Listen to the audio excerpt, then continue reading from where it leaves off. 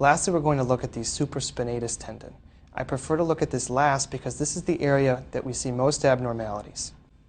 Now, to make this examination as time efficient as possible, what I will do is have the patient take their right arm and slowly put it back behind their back pocket while keeping their elbow inward. This is termed the modified Crass technique.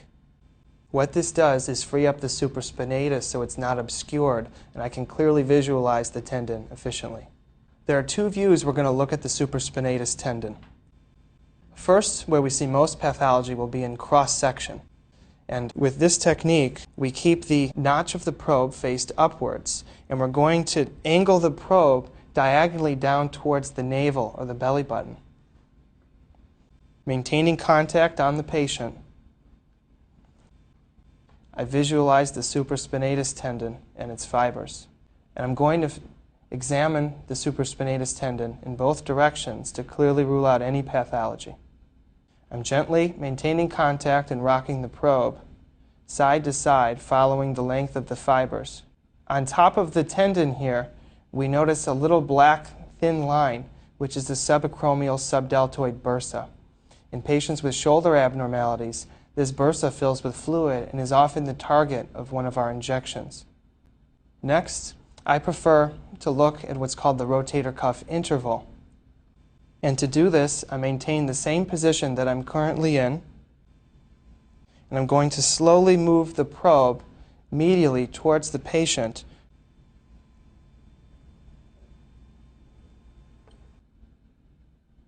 This will allow me to visualize the bicep tendon as well as the subscapularis tendon. On the left of the screen is the supraspinatus tendon. Next, there's the bicep tendon, which is the white circular structure seen. And just adjacent on the right to that is the subscapularis tendon.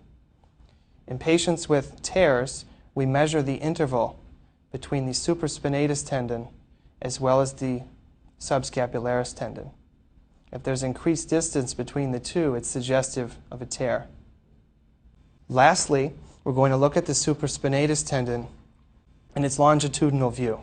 I place the notch of the probe facing towards the patient's ear, which is an easy to remember landmark. Maintaining contact with my hand on the patient's shoulder, with the probe angled up towards the patient's ear, we can see the rotator cuff in what's commonly referred to as a bird beak type image, clearly seeing the fibers of the supraspinatus tendon, which are healthy in this patient.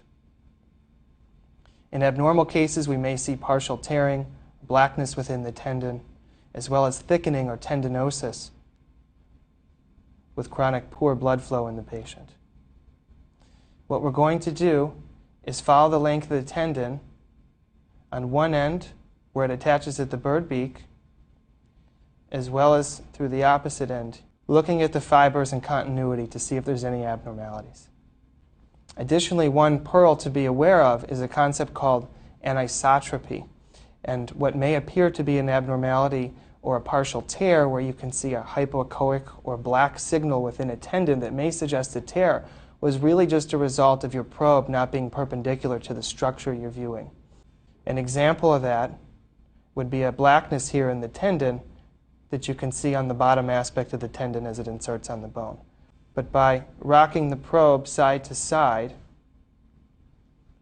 I removed the blackness and realized that it was anisotropy.